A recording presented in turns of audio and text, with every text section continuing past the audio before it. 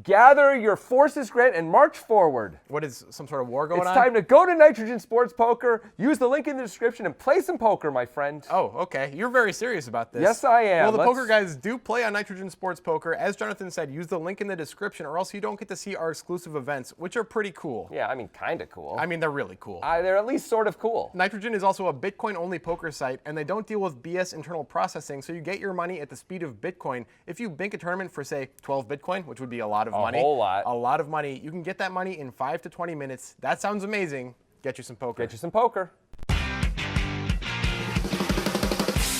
Everybody makes mistakes in poker. I make mistakes in poker. Jonathan makes a lot of mistakes in poker. So many mistakes that Jonathan makes in poker.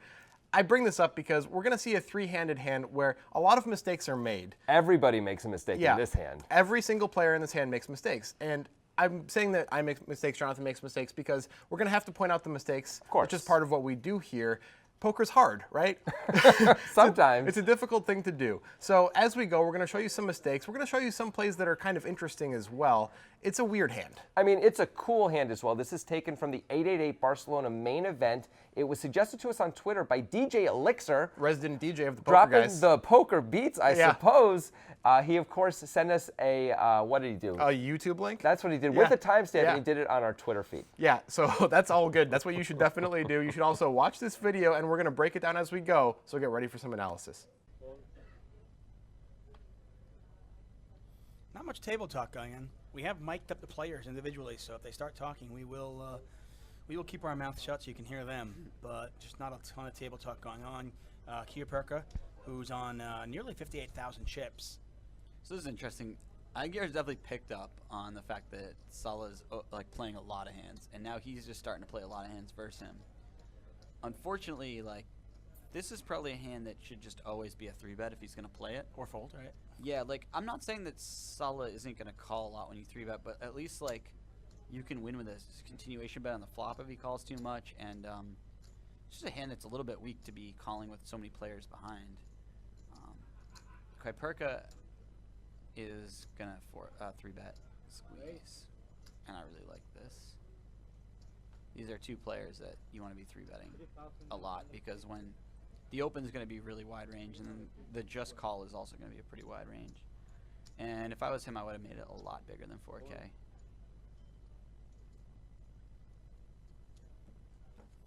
I think I would have went like 4.8 at least. Especially against these two players who are a little sticky.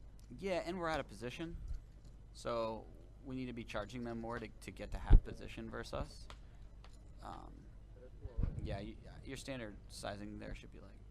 Well, you get. I mean, this actually is not a terrible flop. I saw one king and I was like, ah. Yeah. No, this isn't bad at all.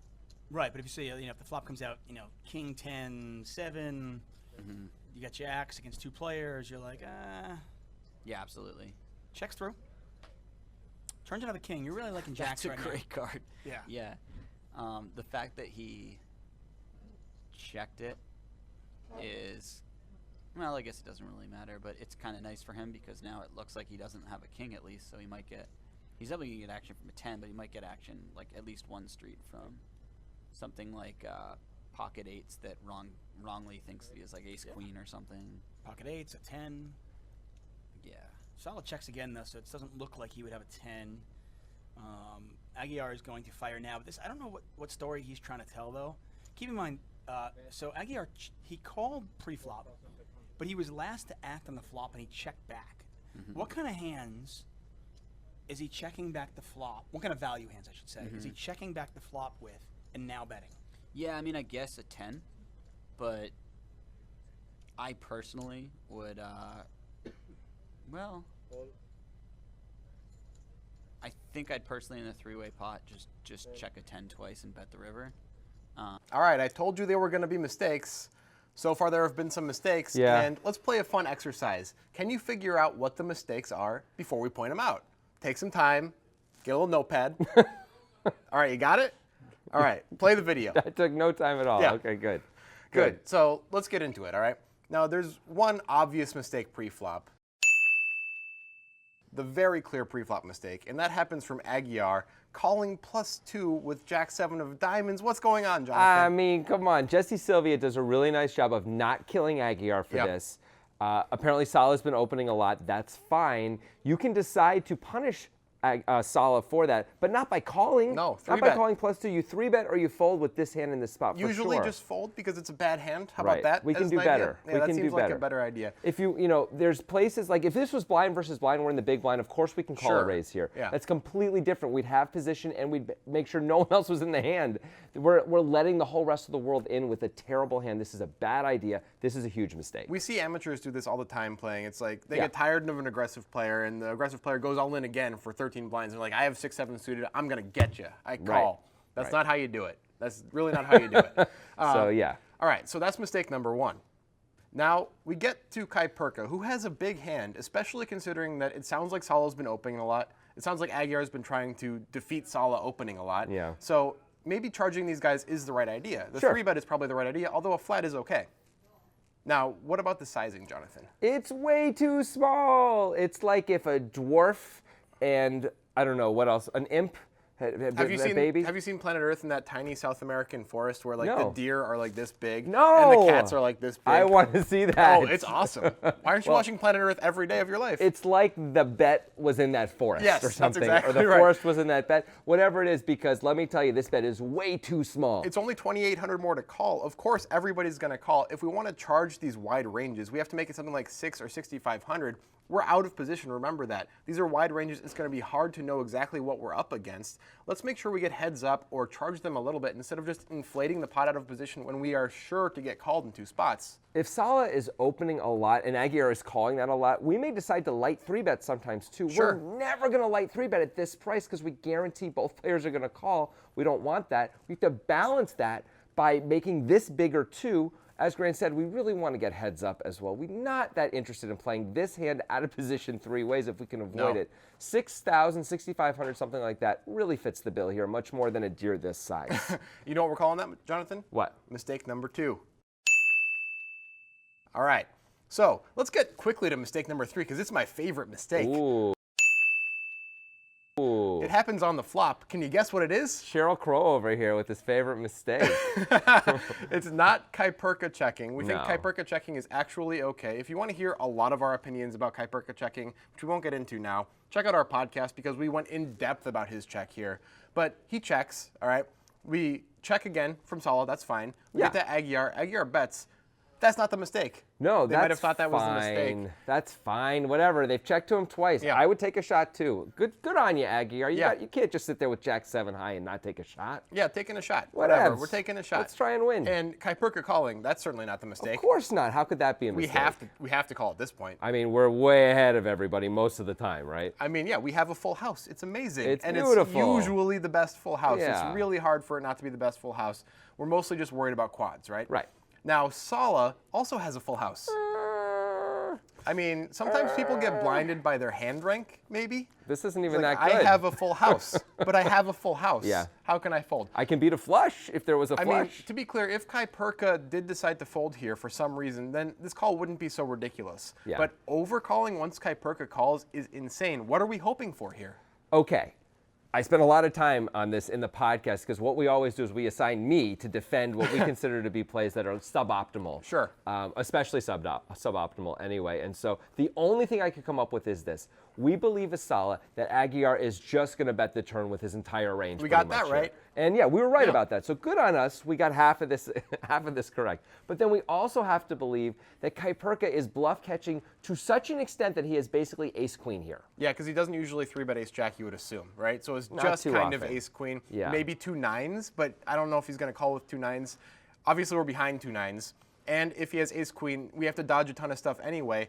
Even if Aguiar is bluffing some of the time, some of Aguiar's bluffs have a lot of outs against us. Of course. We don't have good equity against both of these ranges. We need to dump these 8s right now. This is mistake number 3, and it's the big one. This is the biggest mistake. Yeah, it's the mother of all mistakes, the mistake to end all mistakes. For sure, this is the neutron bomb of mistakes in this hand anyway, at least thus far. We'll see if there's even more coming up. But there's no real way to justify this call at this time. Yeah, it's pretty bad.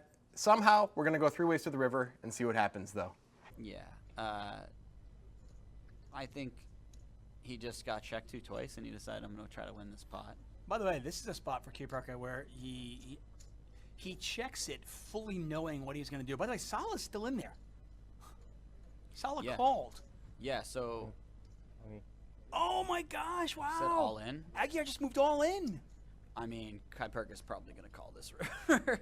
I mean, Salah's basically telling the story, I've got quads. Yeah. And I check back And the I flop. check back the flop in position 3 ways. On a 2-club board 3 ways. Yeah, this is... This is Kuparka's poker. almost definitely going to call here. I love this stuff. Imagine if Salah just somehow had a king here. He could. It's possible, yeah. Yeah, He checks it twice and just overcalls. I mean, if he checks it twice, he's going to overcall turn, right? It is hard to imagine that he checks it twice, though, and overcalls turn, because he has to be afraid that Aguiar just gives up on the river and he doesn't get any value with his hand. Well, because you would think Aguiar would give up when there's a call and another call. Yeah. I mean, Kuparka's... I just... If I'm Kuparka, I'm just not folding. Turk, talk about the courage. Well, you know, for lack of better, Yeah, this is scary. The balls on Aguiar. No, I mean, after betting 4,500 on the turn, he just moved all in for basically a pot-sized bet on the river. Yeah. Against 2 players. And this is, by the way, this is like the beauty of actually betting really big with your bluffs. Is like, before we saw a spot where this guy has the bottom of his range and he called because he went too small. And now he's got like the top of his range, essentially. I mean, jacks and aces are kind of the same. And yeah, the way the hand played out, for sure. And he's just like tortured by it. Yeah. And it's like, I mean, we see his hand, so it's easier, but it's like a fairly easy call because he never checks back a king on the flop, right? You don't think so? So like, but like the size is really scary. Like he just jammed for a lot of chips, and relative to the pot, it's like a good amount of chips too. Does he have to be concerned about Salah behind him as well? He is really thinking about it. He might fold this, dude. I mean, he said pass. And what does Salah do now? Salah to 10. It'd be so sick if Salah. Salah has to have a 10, right? What did he call turn with? Salah probably has like queen 9. No, I mean, what does he have? He has to have a 10 here, doesn't he? King or 10? King? King or a 10. Salah's got like pocket eights. Okay, this is one of my pet peeves. Okay, I don't want to call Salah out. You I just know had exa- 4 minutes to decide. Yeah, You just had 4 minutes to think about it. Don't take another 2 minutes now. You could have been like, people often do that. They like don't even start thinking about it till it's on them. Wow. By the way, when he finds out that Aguiar was bluffing, Blue Man Group is going to lose his mind. Yeah. Oh, and if you've ever flipped over a bluff when you got the folds in your life, this is the time to do it. Yeah. Just feature table. Yeah, jams they're for going to know. pot. They're going to know everything in 20 minutes anyway. 30, 25 minutes. Oh, baby. my gosh. Flip it, flip it, flip it. Show. Let's go. Aguiar did it. I don't know how this happened. Gus Hansen School of Poker wins again, I guess. I don't know. The calling +2 with Jack 7 of diamonds somehow works out incredibly. We got 2 full houses to fold on the river. How are we so good? That's what Aguiar is thinking right now. After they both fold, he's just like, oh man, I'm so good. Yeah. I'm the best. And honestly, it's not a ridiculous thing to do once we're here on the river, to put the rest of our stack in, repping pretty much quads only. Is not ridiculous. However, there are some pitfalls. I mean, it's not great when you're called in 2 spots. You would often expect to be called by someone somewhere. So, of course, one of these guys could still have quad kings. Mostly Salah, right? Salah is the real problem. When Salah overcalls, it looks like he's got a hand he's probably not going to fold to a river shove either. The only thing that's good about our shove, really, is that it looks extra strong because we are shoving into 2 players. Yeah. But ultimately, Kuparka should be able to see this happen and think, well, I just can't fold. My hand's way too strong. And all of Salah's bluffs still exist, right? Salah, you mean Aguiar? Well, of course I do. Of course you mean Aguiar. Okay. That's my mistake. So let's think about it a little bit. Yeah, that's mistake number 9 for Jonathan on this video. All right, so we don't think it's a mistake by Aguiar to shove, although it's a little bit spewy, maybe. Yeah. Let's talk about Kuparka, though, for a second, and the decision he's faced with here. Now, what we're worried about is quads, right? Because Aguiar very rarely has 2 queens in his hand and is playing it that way. Almost never. Right. We might be a little bit worried about Salah behind us with quads, but So be it. It's very hard to have quads. We're going to have to just take our lumps. And by the way, it's an easy call and fold to a shove if Salah decides to shove, which he can only really do with quads, right? You'd really be surprised if he was shoving a worse hand than jacks here. All right. So I think we're probably So safe. let's think about Aguiar's range here, and let's think about his reasonable kings for a second. Now, I know that we can't really assign him necessarily a reasonable range, considering that he has Jack-7 suited. But for a second, if we gave him a reasonable range, he has like King-Jack suited plus and King-Queen off plus as his potential kings pre-flop. How about King 10 suited, though? Fine, we can give him that One too. time. There's one combo. Yeah, there's not many combos of any of those hands because there are 3 kings on the board. Yeah. And as the hand flowed out, as the way it played, Aguiar has a ton of bluffs because it was checked to him twice and then checked to him again. Right. So he's going to feel obligated to bluff a lot of the time. That means we don't have to assign a reasonable range to his bluffs. His bluffs are pretty much anything he decides to bluff with. Right. Which So is it a could ton be of combos. Huge versus this very, very thin seeming value range. So that alone is enough of a reason to call as Kuiperka with a hand as strong as kings full of jacks here, for sure. So I don't understand how in the world we could find a fold. I don't either. Based on that information. And yes, I understand we're afraid of Salah. And yes, I understand Aguiar's decided to do this even after the 2 calls on the turn. But guess what? We still have to put the chips in and hope it all works out because our hand is just too strong. We're kind of under rep having checked twice as well, which is part of this decision. Absolutely. Now, a lot of you out there might be saying, well, Aguiar has Jack-7 suited, so we can't only give him the reasonable kings. Right. Okay, that's fine. It actually doesn't matter. Even if we give him unreasonable kings like King-6 suited, his range is clearly so wide, including Jack-7 suited, that we don't only give him the other reasonable hands that would be bluffs, we give him all of the hands, so the ratio ends up being about the same. I mean, look, you could give him all the kings that ever existed in all of the world. His bluff range is going to be way, way bigger anyway, almost always, because everything that isn't good may bet this way, basically. And only the kings are going to bet this way for value. Right, so it seems like a pretty clear call, and that is mistake number 4. Now, Salah could have the most amazing parlay in the world happen here, where Aguiar somehow folds 2 jacks, and he finds a call with 2 8s, and he looks like a complete genius. He didn't find the call, but man, that would have been kind of amazing, wouldn't it? I mean, look, he was never supposed to be here, much like most of the Resident Evil franchise, but I mean, once you're here, I don't know how we're really supposed to call, even though if you think about it, it's the same situation that Kuiperka is in, except better because you don't have a guy behind you. It is, but it feels different because of game theory distribution stuff. Well, that as well as, and I know Grant may disagree with this at least slightly, we can't even beat a 10. Right. And while Grant, I disagree with it strongly, actually. Grant would never shove a 10 here. I don't know if that's true about Aguiar. I can't say that. I've never played with this guy. Well, if he shoved a 10, that would certainly be mistake number 5, 6, and 7. Okay, fair enough. But if we're not sure about that, that's yet another reason to fold if we think, well, he thinks he has chops or better, and that's fine for him to shove in his mind. So I can't even call with 8s here because he can show up with kings full of 10s. I guess. Well, in the end, somehow Aguiar makes it work. It's kind of incredible. Another win for Gus Hansen.